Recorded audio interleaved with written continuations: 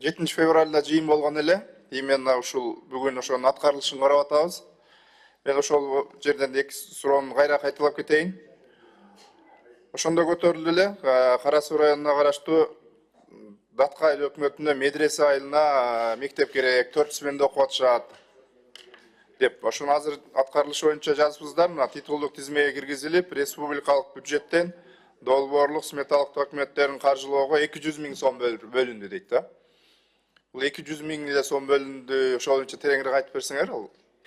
Бул туура айтасыз. Ош облусунун Кара Суу районунда медресе айылына 4 нөмөт менен билим берип жаткан Момбеков атындагы орто мектебин жаңы имарат куруу. Азыркы учурда Ош облусуна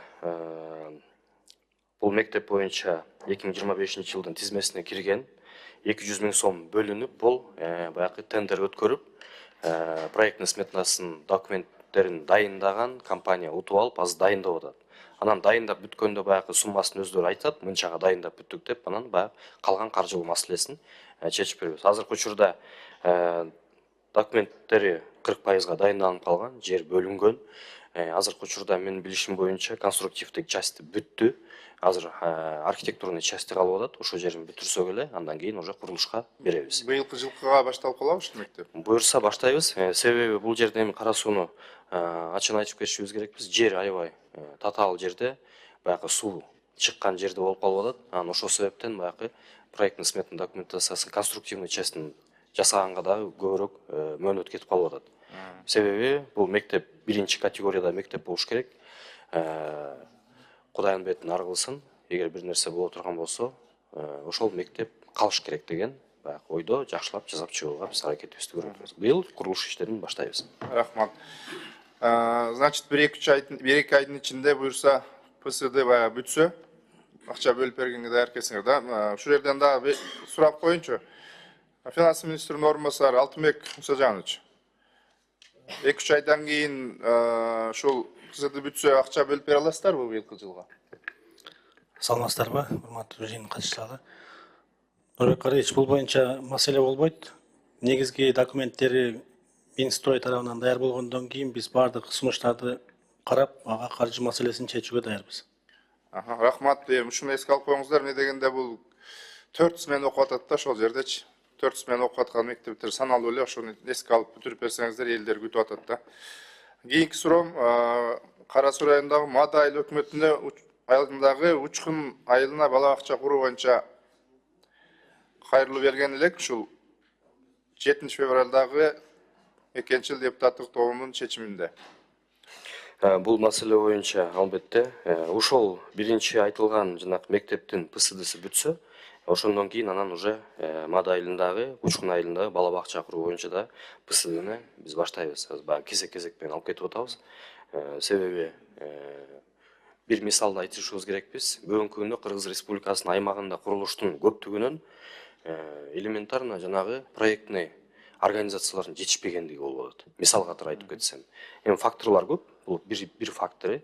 Андан тышкары эми баарын бир үй болбастан баягы кезек менен жасап алып келебиз. Бул боюнча да биз сөз беребиз.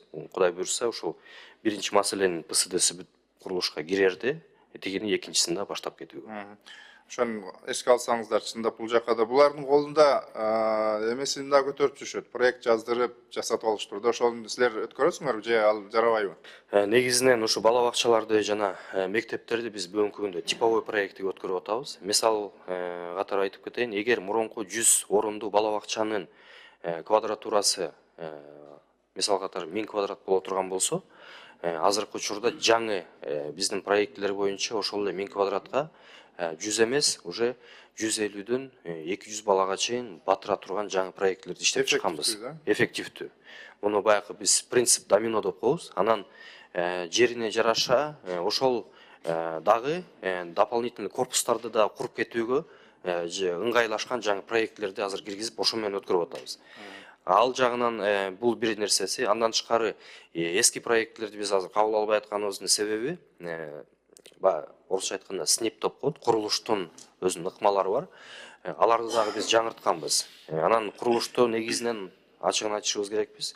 Мурун кымбат чыгып калып аткандыгынын бирден бир себеби ушул СНИП болгон. Азыркы учурда биз СНИПтин баарын карап чыгып, жаңы буйруктарды киргизгенбиз. Ага ылайык эгер мурун 100 миллиондук имарат курулса, азыркы учурда ошол эле имаратты баягы 80 миллионго чейин баягы арзандатылган системасын киргизгенбиз. Бул жаңы технологияларды колдонуу жана ошондой эле баягы этаждарын көбөйтүү. Эгер мурун бала бакчалар 2 этаждан бийик болбошу керек болсо, бүгүнкү күндө 3 этажга чейин уруксат берилген.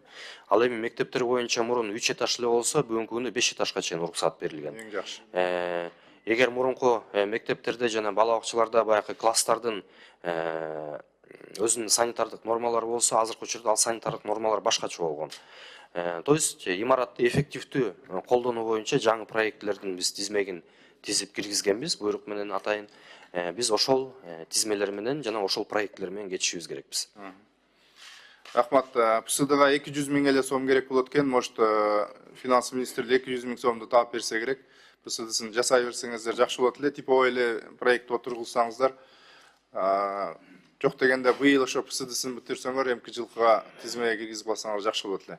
Кудай буйрса. Анан Кудайга шүгүр кече эле жакшы мындай салык инспекциясынын маалыматын алдык.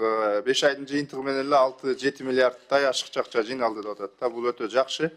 Ошон үчүн 6 айдын жыйынтыгы менен сиздер дагы ошо биз кайрылган объектилерди тизмеңиздерге дагы кошсоңуздар, биз эми элдин көйгөйүн айтабыз. Ошон үчүн биз үмүт кылабыз, мына азыр айтып аткандарыбыз быйыл 6 айдан кийин тизмеге кирип, оң жагына чечилет деп. Рахмат, ишиңиздерге ийгилик.